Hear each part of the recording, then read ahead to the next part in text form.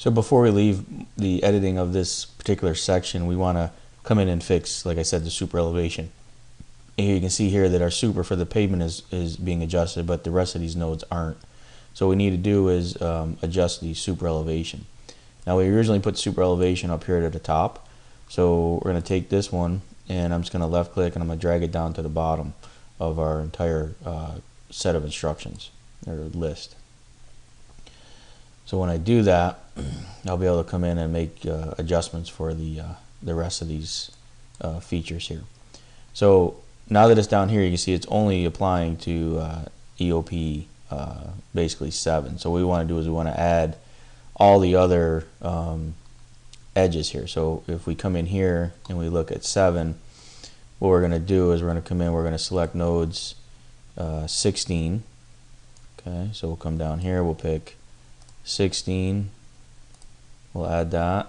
We're going to pick 19, add that. We'll pick 23 and 28. Alright, so we're adding all those to that side. And then we're going to come over here. We'll do the same thing. In this case, we want to make sure we add 3. So we're going to add 3 edge of pavement. We're going to add 15. And we'll come down, we'll add 18,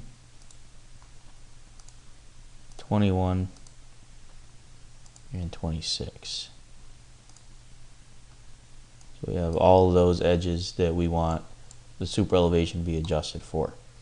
So when I come in here and I hit save, you'll see that it will update this and therefore reflect my surface. So now I'm adjusting in here. So again, we can come in and on these we have to adjust the for the rollover for this section as well.